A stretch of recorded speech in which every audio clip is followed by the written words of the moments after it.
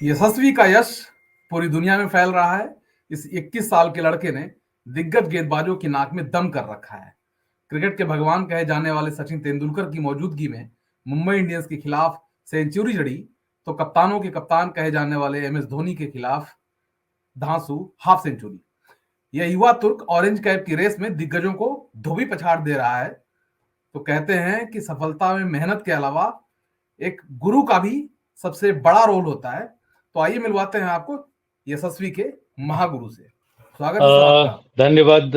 धन्यवाद मुझे आज नवभारत टाइम्स ऑनलाइन बुलाने के लिए। इसके पहले भी आ चुका हूं मैं आपके साथ काफी बार, बिल्कुल बिल्कुल। और जब भी मैं आता हूं बड़ा बड़ा गर्व महसूस करता हूं कि इतने बड़े प्लेटफॉर्म पे आप हमको मौका देते हैं कि हम अपनी बात कहें। Thank you very much. बड़ा रोचक जो है जंग देखने को मिल रही है। एक तरफ फाफ डू प्लेसिस हैं, लगातार रन बरसा रहे हैं आरसीबी के लिए, तो दूसरी तरफ यशस्वी जायसवाल, युवा तुर्क, 11 जो है मैचों में कमाल की बैटिंग की है। और एक जो 477 रन बनाए हैं, उस दौरान स्ट्राइक रेट अगर देखा जाए तो फाफ डू प्लेसिस से कहीं बेहतर है। और चौके और छक्कों का जिस अंदाज में अंबार लगाया है, उसकी तारीफ तो जो है विराट कोहली, एम एस धोनी, रोहित शर्मा भी करते दिखे हैं। आखिर आपने यशस्वी को क्या सिखाया पढ़ाया है कि इस तरह से विध्वंसक बैटिंग कर रहे हैं, और जो तमाम दुनिया के खूंखार गेंदबाज हैं उनको कुछ भी समझ नहीं रहे हैं, अनोखे अंदाज में खेल रहे हैं। देखिए, जो भी आज डिस्प्ले कर रहा है इसके पीछे बहुत सालों का मेहनत होता है, बहुत सारे लोगों का कंट्रीब्यूशन होता है, क्योंकि कोई भी चीज़ ओवरनाइट नहीं होती है। तो जब वो मेरे पास आया था 2013 में दिसंबर में, तो वहाँ से इसकी शुरुआत हुई। और मैंने उसके अंदर एक जुनून देखा जो बहुत कम लोगों के अंदर होता है, जो शायद कभी ना कभी मैं भी वो चाहता था उस तरह से करना। और मैंने जब उसका जुनून देखा कि ये लड़का सब कुछ देने को तैयार है, तो मैंने उसको वहाँ से पिक किया। दैट टाइम वो वहाँ आजाद मैदान वगैरह में रहता था। उसके बाद पिक किया और उसके बाद मैंने काम चालू किया। और जब वो 12.5 साल का था, तो मैंने उसको बॉलिंग मशीन पे 85 माइल्स पे बैटिंग कराता था। और वो 85 माइल्स पे उसको पुल शॉट खेलने को बोलता था। बहुत बार उसको बॉल लगता भी था, तो बहुत सारे प्रोटेक्टिव गियर्स होते थे, तो मुझे पता था कि कोई डैमेज नहीं होगा। वो बोलता था सर ये पेस में हैंडल नहीं कर पाऊंगा। और मैं ये 2014 की बात कर रहा हूँ, अभी 2023 में है, 9 साल पहले की बात कर रहा हूँ। तो वहीं से उसको जो भी मुझे जो विजन था मेरा, कि जो लड़का कम एज में एंटर करेगा, यानी अपने एज से 4-5 साल 6 साल लड़कों के साथ खेलेगा और वहां पे जाके पहले सर्वाइवल करेगा, फिर डोमिनेट, फिर वहां पे एवरेज परफॉर्म करेगा, फिर डोमिनेट करेगा। तो इसकी शुरुआत बहुत पहले से हुई है। और वो बहुत अच्छे अच्छे फास्ट बॉलर्स को, अच्छे क्वालिटी के स्पिनर्स को बचपन से खेलते आ रहा है। और जैसे जैसे वो खेलता गया, अंडर 19 क्रिकेट खेलता गया, अंडर 16 में हालांकि उसने पहले सीजन में कोई खास परफॉर्मेंस नहीं किया था। विजय मर्चेंट ट्रॉफी होता है, पहला सीजन में उसका सिर्फ 2 90 थे, 2 90s थे उसके। एक कुछ 92 था और एक कुछ 90 समथिंग था। उसके बाद मतलब वो स्टार्ट में he was doing average cricket, ऐसा कोई बहुत एक्स्ट्राऑर्डिनरी नहीं कर रहा था। पर धीरे धीरे जो उसने ग्रूम किया, पहले तो मैं उसको बोलता था ऊपर से मारना ही नहीं है, हमको नीचे नीचे से खेलना है, परफॉर्म करना है, रिस्क फ्री क्रिकेट खेलना है। बट जब वो अंडर 19 खेल लिया और जब वो पहले वर्ल्ड कप में गया, पहले आईपीएल में गया, तो मुझे कहीं ना कहीं लगा कि जब वो दुबई में पहला आईपीएल था, मुझे कहीं ना कहीं लगा कि ये लड़का उस लेवल के लिए रेडी नहीं है। और जब वो आईपीएल फर्स्ट से वापस आया, तो ही वॉज वेरी इमोशनल कि मेरा क्रिकेट खराब हो गया और मैं पहले आईपीएल में कुछ कर नहीं पाऊंगा। इनसिक्योरिटी आ गई कि अगले आईपीएल में मिलेंगे कि नहीं मिलेंगे। तो उस टाइम पे कोरोना चल रहा था और जाने के पहले भी कोरोना चल रहा था। तो हम लोग बहुत डिसअपॉइंट रहते थे और कुछ समझ में नहीं आ रहा था कि प्रैक्टिस नहीं कर सकते, फिटनेस नहीं कर सकते। तो बहुत ही फ्रस्ट्रेशन था उस टाइम पे। तो मैं कभी कभी मेरा जो इंडोर फैसिलिटीज है वहां पे उसको छुप के लेके जाता था, थोड़ा बहुत प्रैक्टिस कराने के लिए, क्योंकि मुंबई में अलाउड नहीं था। तो जब मैं उसका प्रैक्टिस देखा उस टाइम पे ना, तो मुझे लगा कि नहीं, ये नहीं कर पाएगा। मैं तो पहले ही सोचा था कि यार ये फर्स्ट आईपीएल में नहीं कर पाएगा। तो कभी कभी ऐसे भी लगता था कि बोल दूं कि नहीं जाना है first IPL, but I thought कि अपॉर्चुनिटी है, लेट्स सी व्हाट हैपन। तो जब वो वहां पे गया फर्स्ट आईपीएल में और मैंने देखा उसको फेल होते हुए, आई वाज वेरी डिसअपॉइंटेड। और ही क्राइड कि मेरा कुछ हुआ नहीं।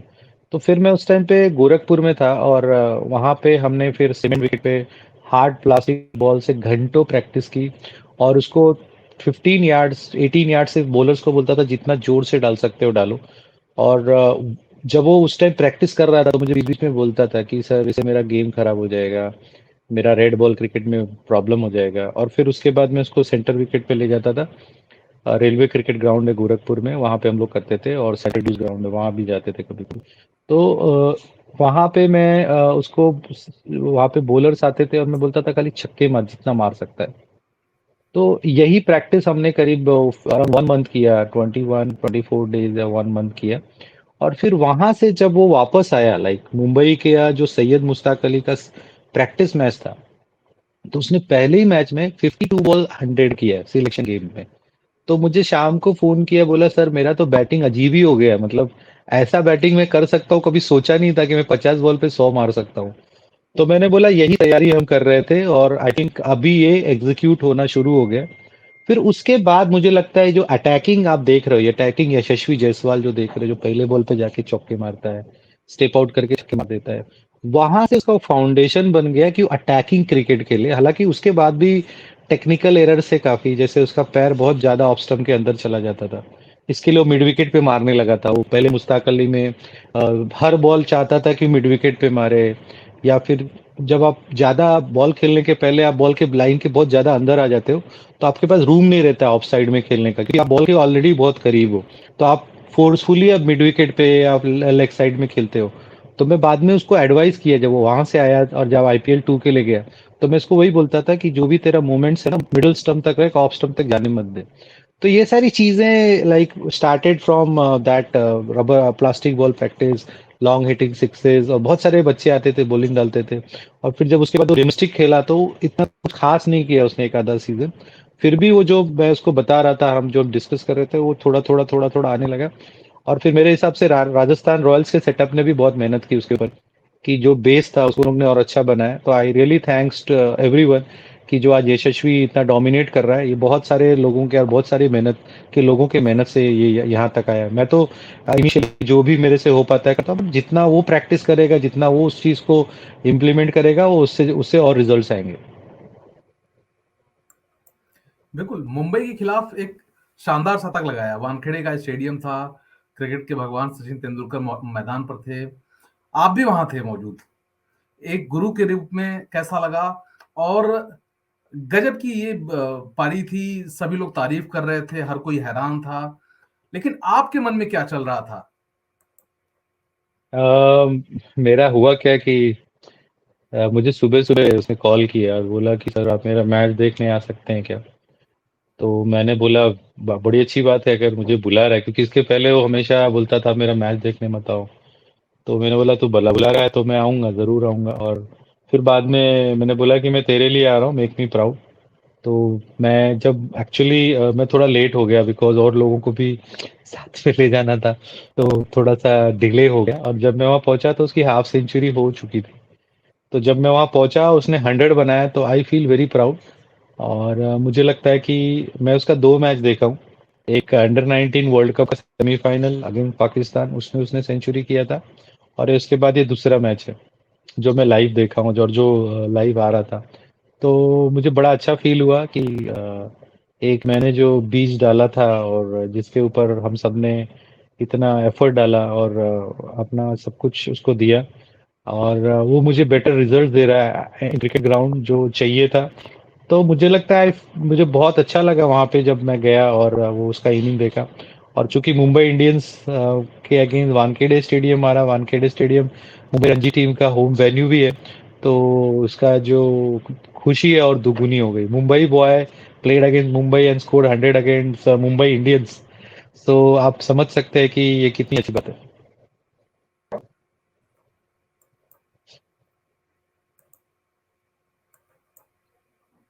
यशस्वी को लेकर एक कहानी चलती है कि जौनपुर से आते हैं और मुंबई में सपने को जीने के लिए आए थे, और इस सपने की शुरुआत अजीब ढंग से हुई थी। अजीब या यूं कह लें बड़े स्ट्रगल के साथ, कि वो जो है पानी पूरी की डेयरी लगाते थे, और उस डेयरी पर जो है उनके पिता भी रहते थे, वो खुद भी काम करते थे, और बड़े छोटी उम्र में जो है उन्होंने ये काम शुरू किया। उसके बाद स्ट्रगल करते हुए जो है न जाने आपके यहाँ कैसे आए, और फिर जो है मुंबई क्रिकेट क्लब जो आपका क्लब है उससे खेलते हुए जो है इस लेवल तक पहुंचे। ये कहानी तमाम मीडिया पर चलती रहती है, और सभी लोग जब भी वो कुछ अच्छा करते हैं तो ये कहानी इस तरह से पोर्ट्रेट की जाती है कि एक लड़के ने जो है इस तरह से दुकान चलाई थी, एक जो है स्ट्रगल किया था। इस कहानी की सच्चाई क्या है, क्या या जो है कुछ और है, तो वो थोड़ा सा बताइए, क्योंकि कई बार जो है लोग आंखें मूंद लेते हैं। इस तरह की कहानी जब सामने आती है तो उसी ढर्रे पर चल पड़ते हैं, और वही कहानी हमें बार बार देखने को मिलती है। क्या वाकई में ये पूरा देखिए, सच है? ये पूरा सच नहीं है। और मैं ना जब इस तरह की चीजें देखता हूँ और मुझे लोग पूछते हैं ना, तो मुझे बड़ा निराशा होती है कि किस तरीके से जो रियल स्टोरी है उसको ट्विस्ट किया जा रहा है। और मैंने यशस्वी को 2013 में पहली बार देखा था, और उस टाइम पे वो करीब 11.5 या 12 साल का था।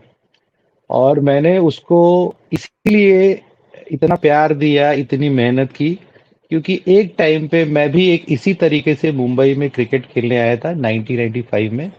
और शारदाश्रम स्कूल में मैं खेलता था, हमारे कोच आचरेकर सर थे। और मैं भी एक सपना लेके आया था मुंबई, और मेरे फैमिली ने भी मुझे बहुत बैक किया। और बट आपको भी पता है कि एक उत्तर प्रदेश में जो एक गवर्नमेंट जॉब होता है उसमें करीब मेरे फादर की सैलरी करीब 6,000 रुपये थी, और हम तीनों भाई पढ़ रहे थे। तो मैंने अपने मन में डिसाइड किया था कि मैं अपने डैड को ज़्यादा ट्रबल नहीं दूंगा, क्योंकि मुझे पता था वो बहुत मेहनत करेंगे यहाँ वहाँ से। तो मुझे लगा था कि मैं अपने डैड को कभी ट्रबल नहीं दूंगा, और एक जितना जल्दी हो सकेगा कोशिश करूंगा कि मैं अपने पैरों पे एटलीस्ट अपना खर्चा उठा पाऊँ। तो उसके लिए मैं 2 साल मेरे फादर ने दिया, और फिर मेरा पेपर कटिंग बनाता था मैं पहले। और पेपर कटिंग बना के अलग अलग ऑफिसेज में अलग अलग लोगों के पास जाता था, और उनको बोलता था कि मैं यहाँ पे आया हूँ, बहुत दूर से आया हूँ, और अगर आप कुछ हेल्प कर दोगे मुझे सर्वाइवल के लिए, तो मैं आगे जाके मैं आप जो बोलोगे वैसे मैं करूंगा, जो भी आपको चाहिए रहेगा, वॉट एवर। मेरे दिमाग में यही था। तो वो चीज़ें मेरे साथ हुई। मैंने भी बहुत मेहनत किया मुंबई में। मैं भी करीब 2 साल में 21 जगह पे रहा, डेयरी में सोया, फुटपाथ पे सोया, जिम में रहा हूँ, ट्रेन में सोया हूँ। 5-5, 6-6 किलोमीटर सुबह उठ के मैं किट बैग लेके प्रैक्टिस करने गया हूँ। और बाद में मुझे मल्टीपल इंजरीज हो गए, तो मेरा आगे क्रिकेट नहीं ज़्यादा तक मैं मतलब डिजर्व जो मुझे लगता है कर सकता था वो नहीं कर पाया। सबकी अपनी अपनी डेस्टिनी होती है। पर अभी मैं बहुत प्राउड और खुश हूँ जो मैं आज कर रहा हूँ। शायद भगवान ने मुझे उससे ज़्यादा दे दिया। तो कहानी ये नहीं है। अ, जब मैंने यशस्वी को देखा 2013 में ना, तो जब मुझे मुझे उसकी कहानी पता चली, मैंने जब उसको पूछा कि आप कहाँ रहते हो, तो बोला सर मैं टेंट में रहता हूँ। तो मैंने बोला आपके माँ बाप कहाँ रहते हैं? तो बोले वो गांव में रहते हैं। तो मैं बोला वो यहाँ क्यों नहीं आते? बोले नहीं सर, तो मैं अकेला रहता हूँ। तो मुझे बड़ा हार्ट टचिंग सा लगा कि अब उस चीज को मेरे साथ चूंकि को हुआ है, तो मैं उसको बड़े अच्छे से समझ पा रहा था। और फिर मैंने जब उसको थोड़ा उसका टेस्ट वेस्ट लिया और मुझे लगा कि अब ये लड़के में कुछ टेंट यानी पोटेंशियल है। एक मिनट के लिए रोक रहा हूं आपको, टेंट यानी आजाद मैदान का कोई टेंट? आजाद मैदान में एक मुस्लिम यूनाइटेड क्लब है। आजाद मैदान में 22 पिचेस है, जहाँ पे माली लोग या मैच जब चलता है तो इवन प्लेयर्स भी उसमें बैठते हैं। तो वो टेंट होता है जिसको प्लास्टिक से बनाते हैं, बाम्बू और प्लास्टिक रहता है, जैसे गांव में हार्ट्स रहते, झोपड़े रहते हैं, वैसे रहता है। हाँ, और उसमें मटैया। माली लोग, हाँ। हाँ हाँ, वही वही बोल सकते हैं गांव में। तो वो टेंट मतलब वो शेड रहता है, और उसमें माली लोग रहते हैं, उसमें ग्राउंड मैन का सामान रहता है, प्लेयर्स भी आते रहे जैसे मैचेस के वक्त। तो मुझे बोला कि मैं आजाद मैदान के टेंट में रहते थे। ऐसा कोई तंबू नहीं होता है कि कोई तंबू लगा रहा है और बाद में निकल रहा है, ऐसा कुछ नहीं रहता है। वो परमानेंट स्ट्रक्चर होता है, और वो सच में वो जगह बहुत मुश्किल है रहने के लिए।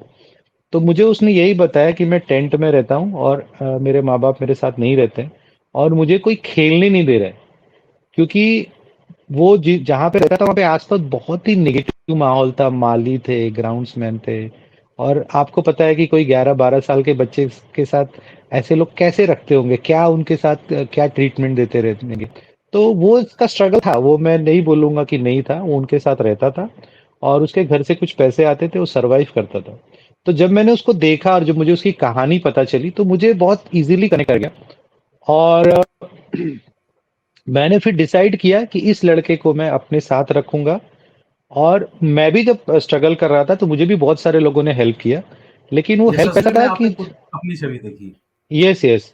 तो मैं भी जब उस तरह का स्ट्रगल कर रहा था तो किसी ने कभी 2,000 रुपए दे दिए, किसी ने कभी 500 रुपए दे दिए, कभी किसी ने 6 महीना हेल्प कर दिया। बट मुझे मेरे दिमाग में ये था कि अगर किसी को प्लेयर बनाना है, किसी को हायर लेवल का प्लेयर बनाना है, तो आपको उसके पीछे पड़ना पड़ेगा। और वो कुछ फंडामेंटल्स होते हैं कि आपको अच्छी रेस्ट चाहिए, अच्छा डाइट चाहिए, अच्छे इक्विपमेंट्स चाहिए, आपको आवर्स और आवर्स प्रैक्टिस चाहिए, बड़े बड़े क्रिकेटर्स का काउंसलिंग चाहिए, आपको अच्छे मैचेस चाहिए, आपको इंटरनेशनल प्लेयर्स के साथ आपको जाके देखना पड़ेगा कैसे करते हैं। तो आई हैड अ फॉर्मूला, और मुझे मेरे जैसा एक पागल चाहिए था जो उस फॉर्मूले को जाके बार बार ग्राउंड पे रिपीट करे। तो यशस्वी को मैंने इसीलिए वहां से उठाया। अब आपका जो सवाल है कि उसने स्ट्रगल क्या किया है, तो 2013 के पहले वो टेंट में रहता था आजाद मैदान पे। और वहां पे आजाद मैदान में ऐसे ठेले लगते हैं, अगर आप शाम को ये जाएंगे तो वहाँ पे शाम को ऐसे पानी पूरी वाले, कोई फ्रूट का स्टॉल लेके बैठ जाएगा, कोई कपड़े के गारमेंट्स वाले बैठ जाएगा। तो चूंकि वहां वो रहता था, तो मेरे व्हाट ही टोल्ड मी, वहां पे जाके कभी शाम को खड़ा हो जाता था, किसी की हेल्प कर दिया करता था। तो उसमें 20-25 रुपए 100 रुपए कोई दे देता था, तो उसका गुजारा चल जाता था। तो ये उसका ये पानी पूरी वाला स्टोरी है। उसने कभी भी अपना कोई ठेला नहीं लगाया है। जी। और ये जो कहानी है ना, ये 2013 के बहुत पहले की है, 2013 की है, आज से 9 साल के पहले की है। तो वही मुझे वो पता है कि वहां पे रहता था और ये छोटे मोटे काम करता था। उसके फादर 2013 के बाद सिर्फ 5 बार मुंबई आए। 2013 से 12 जनवरी 2022 तक वो मेरे घर में रहता था, इसी घर में रहता था। तो 2013 से 2022 तक 2-3 मेरे अलग बाईस अलग जगह जनवरी रहने तक। के लिए। जी। 22 जनवरी तक उसके पेरेंट्स आ गए। तो 17 दिसंबर 2013 से लेके 12 जनवरी 2022 तक वो मेरे घर में रहा है, मेरी फैमिली का हिस्सा था, मेरे साथ रहा है। और उसको किसी भी चीज के लिए कोई भी स्ट्रगल नहीं करना पड़ा। जो भी मेरे पास था मैंने उसको सब कुछ दिया। मैं ज्यादा वो बोलना नहीं चाहता मैंने क्या किया। मेरी एयर इंडिया ग्राउंड पे एकेडमी है, वहां पे वो जाके अच्छी प्रैक्टिस करता था। मेरे पास वकोला में इंडोर है, वो स्पेशली इंडोर मैंने उसके लिए बनाया था 2015 में, क्योंकि हमको उसके पहले यशस्वी बारिश के में लिए। प्रैक्टिस करने के लिए, हाँ, 2015 के पहले हमको मीरा रोड जाना पड़ता था, यहाँ से 35-40 किलोमीटर दूर। तो मेरे यहाँ पे एक मेरे अंकल हैं जो यहाँ के लोकल एमएलए थे, उनके पास एक जगह था, अभिराम सिंह नाम है उनका। उनके पास जगह था, तो वो मैंने टेरिस देखा। तो मैंने बोला कि यहाँ पे कुछ ऐसा नेट वेट बना सकते हैं, क्योंकि हमको बहुत दूर जाना पड़ता है। तो उन्होंने फिर बीएमसी से परमिशन लेके हम लोग को वहाँ पे अलाउ किया। हमने वहाँ पे बकायदा इंडोर बनाया, और वहाँ पे उसकी स्पेशल प्रैक्टिस होती थी। मेरे एकेडमी में करीब 24-25 कोच है, उस टाइम 8-10 कोच थे। तो उनको मैंने बोल के रखा था कि जब भी यशस्वी आएगा आप उसको बॉलिंग डालोगे। हर बार उसके प्रैक्टिस सेशन में बहुत अच्छा खासा इक्विपमेंट्स हम लोग यूज करते थे, और उसको सबसे अच्छी ट्रेनिंग मिलती थी। तो मुझे लगता है कि जो यशस्वी जायसवाल खेला है, उसके अलावा भी जब 2013 में मेरे पास आया दिसंबर में, तो मैंने सबसे पहले वसीम जाफर से बात किया। और वसीम जी। भाई को बोला कि एक लड़का मुझे मिला आपके है, अच्छे मित्र भी हैं। बहुत बहुत ही अच्छे दोस्त हैं। मैंने बोला मुझे एक अच्छा लड़का मिला है, मैं चाहता हूँ एक बार आप भी उसको देखो और मुझे बताओ क्या आपका फीडबैक क्या है। तो वो बोले ठीक है। तो हम लोग वहाँ पे डिनर करने गए, और फिर उनका फाइल वाइल में मैंने दिखाया, तो बोला अच्छा लड़का है। उसको वसीम ने एक टिप्स दिया कि रन बनाना एक आदत है और तेरे पास वो लगता है, तो इसको छोड़ना मत। फिर उसके बाद मैं दिल्ली विंग सर्कल सर के पास लेके गया, उनसे मिला, उन्होंने भी उसको बहुत किया। फिर बाद में ये दादर यूनियन उनका क्लब है, वहां से भी खेला। तो मेरे हिसाब से जो चीजें हैं वो ये है और कुछ नहीं है। उसको यशस्वी जायसवाल ने 2013 के पहले टेंट में रहता था। उस टाइम पे वो क्रिकेट ऐसा कुछ खास नहीं खेलता था। उस टाइम पे वो स्कूल क्रिकेट में थोड़ा बहुत खेला था, अंजुम इस्लाम करके एक स्कूल है उसमें था, कुछ मैचेस खेले थे। और उस टाइम पे उसने वो सारे स्ट्रगल किए हैं जो होते हैं।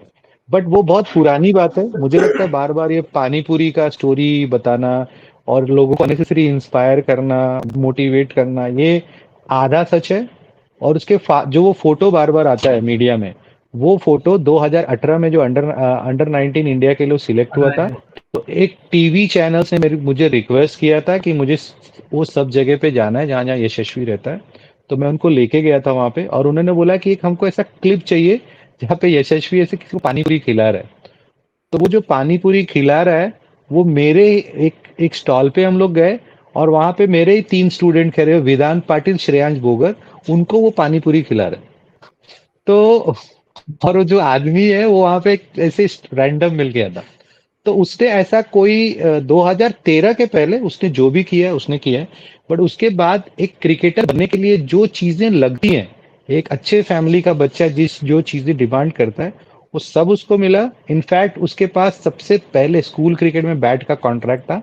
ट्विस्टर करके एक कंपनी है, मैंने उनसे बात किया था, कल्पना पोद्दार से। मैंने उनको बोला था कि ऐसा ऐसा है, तो मेरे कहने पे उन्होंने पहला कॉन्ट्रैक्ट उसको दिया, और उसके बैट उसको इंटरनेशनल प्लेयर्स के लेवल के उसको बैट्स मिलते थे। और एक नहीं, एक बार तो क्या हो गया, वो पूरा ट्विस्टर का किट ही घुमा दिया ले जाके, आजाद मैदान पे प्रैक्टिस करने गया और पूरा किट ही भूल के आ गया। तो फिर रो मेरे पास आके रोने लगा, तो मैंने फिर से एक नया किट दी, मतलब किट ही घूम गया उसका पूरा। फिर मैंने दूसरा किट दिलाया। एक बार तो डॉक्यूमेंट भी भूल गया था, वो आया था कहीं से वो डॉक्यूमेंट लेके, और पूरा अपना डॉक्यूमेंट का सेट बीएसटी बस में छोड़ के चला गया। तो फिर मैं पुलिस में गया, मैंने सारा कुछ किया, वो पूरे डॉक्यूमेंट्स वापस निकाले, सब नसीब की बात है। तो उसको मैंने जो भी लोग मुझे बोलते, जो भी लोग बोलते हैं ये पानीपुरी बेच के खेल रहा है, मुझे पर्सनली यार मेरे को लगता है उसकी फैमिली को और उसको भी पर्सनली डिसाइड होता है। क्योंकि लोग है ना, फिर वो आके कभी कभी मुझे पूछते हैं कि ज्वाला सर, यशस्वी पानीपुरी कब बेचता था, वो तो आपके साथ रहता था। तो मुझे बड़ा बुरा लगता है कि इस तरह की बातें होती है। और उसके मुझे लगता है कि ये मोटिवेशनल स्टोरी है, बहुत सारे लोगों के लिए मोटिवेशनल स्टोरी है, no doubt about it. But ये जानना चाहिए कि वो कब की बात है। ये जो स्टोरीज आते हैं उसमें लगता है कि कल की बात है कि वो पानी पूरी बेच रहा था और अभी आज जाके खेल रहा है।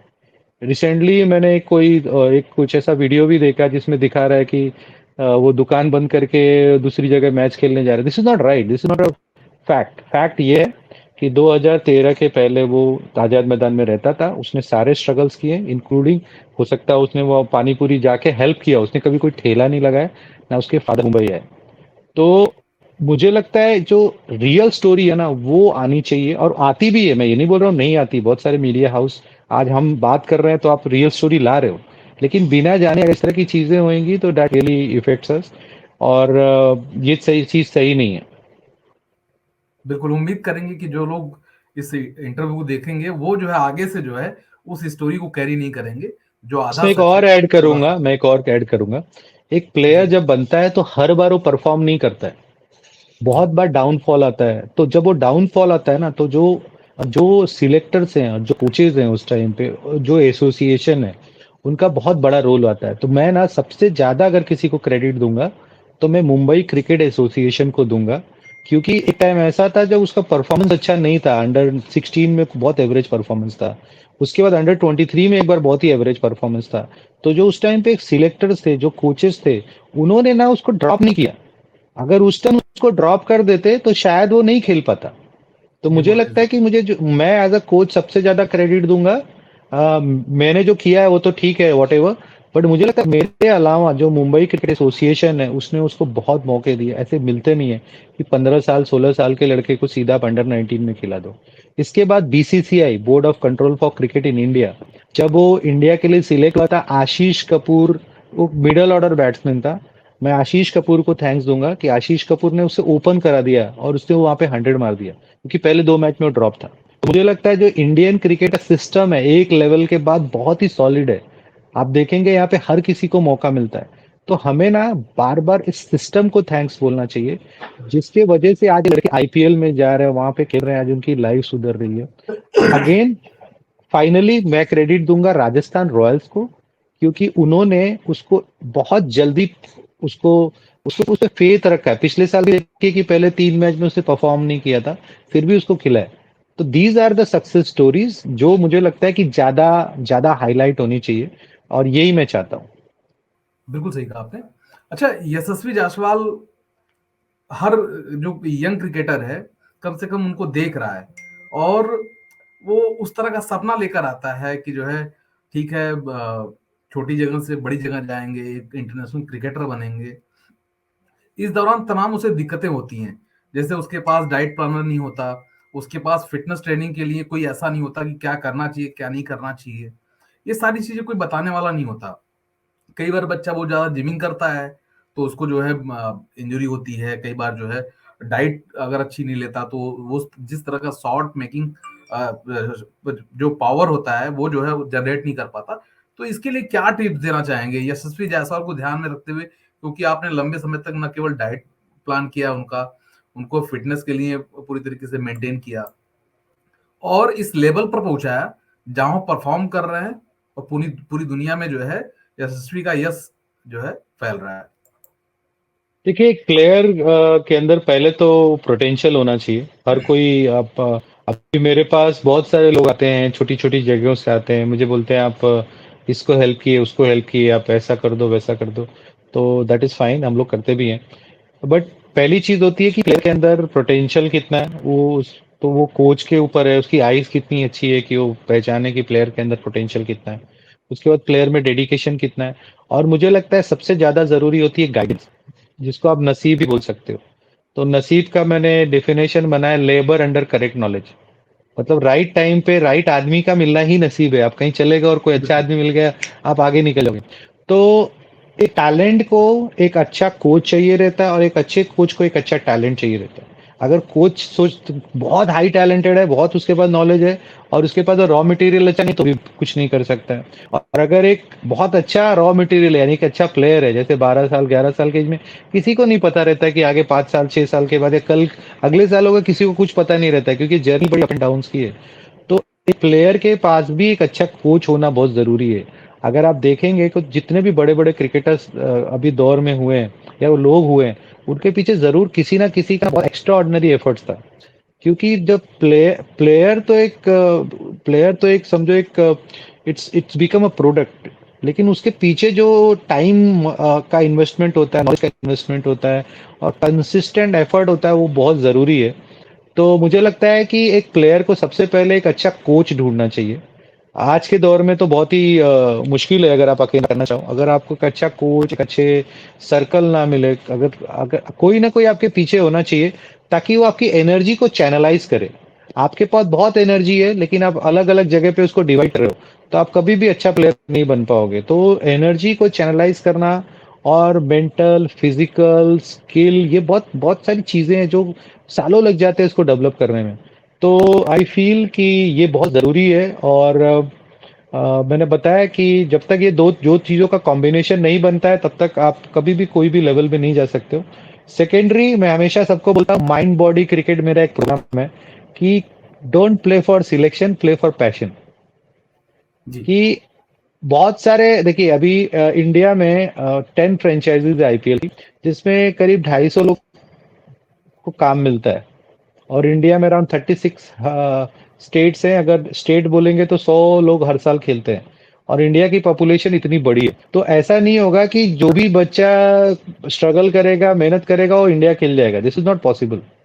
क्योंकि ये एक फेनल है, धीरे धीरे धीरे धीरे छोटा होता जाता है। पहले बहुत सारे लोग, धीरे धीरे धीरे धीरे बहुत कम हो जाता है, तो वहां पे जीरो एरर आ जाता है। एक टाइम ऐसा आ जाता है क्रिकेट में कि आप जीरो एरर से ही आगे जा सकते हो। मतलब गलती अलाउड ही नहीं है, आपको एक चांस मिलेगा, उसमें ही करना पड़ेगा। तो ये बहुत लंबा प्रोसेस है। तो मुझे लगता है कि हर किसी को, जो भी क्रिकेट खेलते हैं या स्टोरीज से इंस्पायर होते हैं, उनको थोड़ा प्रैक्टिकली सोचना चाहिए कि कैसे हो सकता है। अगर आपके पास रिसोर्स ही नहीं है तो कैसे होगा। आज यशस्वी का लाइक एक अच्छा था कि हम दोनों मिले, हमने साथ में मेहनत की और आज रिजल्ट आया। लेकिन ऐसा हर किसी के साथ नहीं हो सकता है। तो हर किसी को थोड़ा सा प्रैक्टिकली सोचना चाहिए, और उनको देखना चाहिए कि मेरे पास क्या रिसोर्सेज है और मुझे क्या करना है। आप एक छोटे से वेपन से वार नहीं जीत सकते हो। तो आपको ये सारी चीज़ें कंसिडर करनी चाहिए, और तभी आपको डिसीजन लेना चाहिए। और अगेन, कि क्रिकेट का जो करियर है ना, बहुत अनसर्टन है। इसमें कोई भी चीज़ फिक्स नहीं है कि आप ये करोगे तो ये हो जाएगा। एक कंसिस्टेंट एक प्रोसेस है, जिसको आपको कंसिस्टेंटली सालों सालों एंजॉय करना है, और जहां पे अपॉर्चुनिटी मिले वहां पे परफॉर्म करना है। तो अगर ये कोई प्लेयर करेगा तो ही वो आगे जा पाएगा। बिल्कुल सही कहा आपने। हमने देखा था यशस्वी जायसवाल से पहले पृथ्वी शॉ आपके पास आए, पृथ्वी शॉ को आपने इंटरनेशनल लेवल का क्रिकेटर बनाया, और फिर यशस्वी। हमने अनुनय सिंह को भी देखा, राजस्थान रॉयल्स ने उन्हें पिछले साल पिक किया था। ओवैस खान भी इस लिस्ट में शामिल हैं। तमाम और भी क्रिकेटर शामिल है इसमें। लेकिन जिस तरह का जो है यशस्वी और पृथ्वी को जो है यश मिला, उनकी जो जिस तरह की बैटिंग हमने देखी, इस तरह के और कौन कौन से खिलाड़ी आपके पास हैं जो फिलहाल पाइपलाइन में हैं और जल्दी हम उन्हें देख सकते हैं? देखिए, खेल तो बहुत सारे लड़के रहे हैं। स्टेट खेलना, अंडर 14, 16, 19 खेलना, ये तो काफी लेते हैं, लड़के खेलते हैं और परफॉर्म करते हैं। क्लब क्रिकेट खेलते हैं, कॉर्पोरेट क्रिकेट खेलते हैं। बट आप लोग टीवी पे जो आता है उसी को नोटिस करते हो, तो of course Yashasvi and Prithvi are doing well. अभी फिलहाल दिव्यांश सक्सेना बहुत अच्छा कर रहा है, हमारा एक स्टूडेंट बिल्कुल। है। अभी रणजी मैं नाम ट्रॉफी भूल में गया था उसने, दिव्यांश का भी। हाँ अभी उसने रणजी ट्रॉफी में पहले मैच में अच्छा किया। हालांकि वो मुंबई का लास्ट गेम था, सीके नायडू में उसने डबल 100 किया। और फिर 25 के ओडीआईज में आई थिंक थर्ड या फोर्थ हाईएस्ट रन गेटर था। तो ये है, मुझे लगता है नेक्स्ट ईयर वो आया रणजी ट्रॉफी पूरा सीजन मुंबई से खेलेगा और अच्छा परफॉर्म करेगा। अयाज खान एक है अभी, he is playing under 25 for Mumbai. दो तीन और बड़े अच्छे लड़के हैं, इवन मेरी कुछ गर्ल्स भी अच्छा कर रही हैं। मेरे बहुत सारे स्टूडेंट्स यूके में हैं, वहाँ पे अच्छा कर रहे हैं। तो बहुत सारे और भी जो रणजी ट्रॉफी क्रिकेटर्स होते हैं वो लोग भी आते हैं हमारे साथ ट्रेनिंग करने के लिए। तो बस यही है कि हम लोग एक जैसे एक बैट्समैन होता है, एक सेंचुरी मारने के बाद उसको वापस एक सेंचुरी मारनी पड़ती है ताकि लोग बोले कि he is a good player. वैसे एक कोच को भी हमेशा अपने ऊपर प्रेशर लेना चाहिए, और मैं लेता हूँ कि ऐसे नहीं कि एक दो प्लेयर आ जाएं और फिर आपको लगे कि यार हो गया अभी लाइफ सेट हो गई। This is not. मुझे लगता है कि कंसिस्टेंट जैसे प्लेयर 20 साल मेहनत करता है, वैसे अभी हमको भी सक्सेस मिली है तो हम और 20 साल मेहनत करेंगे as an coach, as an academy. और इम्पोर्टेंट है कि राइट टैलेंट को बैक करें। अगर हम राइट टैलेंट को बैक करेंगे और वो लड़का भी उतना ही डेडिकेटेड होगा तो ऑफ कोर्स बहुत सारे रिजल्ट्स अभी नियर फ्यूचर देखने को मिल सकते हैं। बिल्कुल। यशस्वी से इधर कुछ बातचीत हुई थी उस मैच के बाद या हाल फिलहाल में? क्योंकि आज भी एक जबरदस्त मुकाबला होने वाला है आईपीएल में, और वो राजस्थान और केकेआर के बीच में है। हम एक बार फिर देखेंगे मैं यशस्वी को। मैं खाली टूर्नामेंट के पहले एक बार कोई छोटा सा मैसेज डाल देता हूँ, और ज्यादा मैं, मेरा आदत नहीं है कि कोई स्टेब्लिश्ड लड़के अच्छा कर रहे हैं तो उनको बहुत सारे एडवाइजेस दूं, क्योंकि वहाँ पे बहुत सारे कोचेस होते हैं जो ऑलरेडी बहुत सारे एडवाइस देते रहते हैं। वहाँ पे बहुत सारे संगकारा हैं और लोग, बहुत सारे लोग हैं। तो मुझे एक छोटी सी कोई चीज बोलनी होती है जो मुझे पता है कि वो काम करेगी। जैसे एक छोटी सी दवाई दे दिया, उसके बाद बहुत सारे लोग पेन किलर्स वहाँ पे देते रहेंगे। तो मैंने बोला था अभी, लाइक जब वो 250 करके आउट हो गया, दो बिफोर चेन्नई मैच, तो मैंने उसको बोला था कि लोग बहुत तालियां बजा रहे हैं तेरे लिए, बट मुझे लगता नहीं है कि जो तेरा पोटेंशियल है उस पर तू खेल रहा है, you are giving your best. तो बोला कि मैं अपना बेस्ट दे रहा हूँ, तो मैंने बोला अभी बेस्ट आया नहीं है। तो यही एक बात हुई थी। फिर मुंबई मैच के बाद फिर मैंने उसको बोला I I well played and all. तो मुझे लगता है एक प्रोसेस है जो चल रहा है, और चलते रहना चाहिए। कभी भी जब भी मुझे लगता है कि थोड़ी सी गाड़ी ट्रैक के छोड़ रही है तभी मैं कुछ इन्वॉल्व करता हूँ। और और आई थिंक जब भी मैं कुछ बोलता हूँ तो वो डिलीवर करता है। इसलिए मेरे, अगर आप सोशल मीडिया पे देखेंगे तो मैं टैग यूज करता हूँ, डिमांडेड एंड डिलीवर। तो आई फील दैट कि ये बहुत ही एक प्लेयर की क्वालिटी है कि जब उसको कोई बोले कि ये चीज करना चाहिए और वो करे, तो मजा आता है, और इस तरीके से चलता रहता है। बिल्कुल सही कहा आपने। और उम्मीद करेंगे कि यशस्वी का यश जिस तरह से जो है आईपीएल में फैल रहा है, उसी तरह से इंटरनेशनल लेवल पर फैले, और जल्द ही हमें सीनियर टीम इंडिया यानी रोहित शर्मा की कप्तानी वाली जो टीम है उसमें दिखाई दें। एक जो है चलते चलते एक और मैसेज आपसे लेते हैं जो यंग क्रिकेटर्स हैं उनके लिए, कि क्या कुछ कहना चाहेंगे। और चूंकि मैं देखता हूं कि आप लगातार वीडियोस भी शेयर करते रहते हैं टिप्स के, तो एक जो है आपके टिप्स के साथ ये वीडियो खत्म करेंगे। मैं सबको एक ही चीज बोलूंगा कि क्रिकेट हमेशा पैशन के लिए खेलो, सिलेक्शन के लिए मत खेलो। और अपने आप को 360 डिग्री डेवलप करो। बहुत बार मैं देखता हूँ कि इतने सारे इंस्टाग्राम पे शॉर्ट्स आते हैं, वीडियोस आते हैं, लड़के अपने अपने वीडियोस डालते हैं, ये प्रैक्टिस चल रही है, वो प्रैक्टिस चल रही है। क्रिकेट बहुत सिंपल सा गेम है, ये बैट बॉल का खेल है। अगर आप बॉलर हो तो आपको स्टंप पे बॉल डालना है। अगर आप बैट्समैन हो तो आपको स्टंप के बॉल को बड़े ध्यान से खेलना है, और बाकी बॉल पे आपको गैप में मारना है। इतना ही है क्रिकेट। और फोकस और कंसंट्रेशन लंबे समय तक रखना है। और सबसे जरूरी है एक अच्छा इंसान बनना। क्रिकेट लाइफ नहीं है बॉस, क्रिकेट जिंदगी का एक हिस्सा है।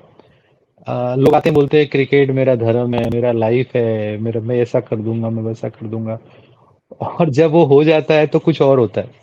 तो मुझे लगता है कि हर एक लड़के को ना इंडिया में ये क्रिकेट को एक गेम की तरह ही देखना चाहिए। आपका गेम इम्पोर्टेंट है, आपके साथ आपकी फैमिली इम्पोर्टेंट है, आपके साथ बाकी लोग भी इम्पोर्टेंट है। और आप एक या दो स्टोरी देखते हो और उसके बाद कितने और सारे फेलियर स्टोरीज होते हैं उसको आप नहीं देखते हो। तो I don't want to talk anything negative. तो क्रिकेट आप मेहनत करो, डेडिकेटेड रहो, और साथ ही साथ अपना जो बाकी चीजें डेवलप करनी चाहिए वो करो। क्योंकि अगर हमारा बॉडी में एक हाथ बहुत लंबा हो जाएगा और बाकी पार्ट्स वैसे ही रह जाएंगे तो हमारी बॉडी नहीं दिखेगी, अच्छी नहीं दिखेगी, अनबैलेंस दिखेगी। तो वैसे ही अगर आप अच्छे क्रिकेटर भी हो गए और आप अच्छे इंसान नहीं हो तो आई डोंट फील कि उससे कोई बहुत भला होने वाला है। तो यही मैसेज मैं देना चाहूंगा कि play for passion not for selection, and respect everyone. बिल्कुल सही कहा आपने कि क्रिकेट एक पैशन होना चाहिए, और सिलेक्शन तो होता रहेगा अगर आपका पैशन बढ़िया है और आप अच्छा कर रहे हैं तो। और इस बीच मैं बता दूं कि यशस्वी जायसवाल के जो है 477 रन है अभी, और फाफ डू प्लेसिस के 576 रन। उम्मीद करेंगे कि केकेआर के खिलाफ आज जो मैच होने वाला है उसमें एक बड़ी पारी खेलें यश, और इस जो ये रफ्तार, ये जो दौड़ चल रही है, रेस चल रही है, उसमें जो है फाफ डू प्लेसिस से आगे निकल जाएं। बहुत बहुत शुक्रिया सर। मैं आपको तो वैसे बातचीत जब हमारी होती है तो मैं आपको गुरु ही बोलता हूँ। तो गुरु जी बहुत बहुत शुक्रिया, आपने एक लंबा वक्त निकाला नोवा टाइम्स ऑनलाइन के लिए। थैंक यू सो मच, और मुझे प्लेटफॉर्म देने के लिए, और आगे भी मिलते रहेंगे। Thank you.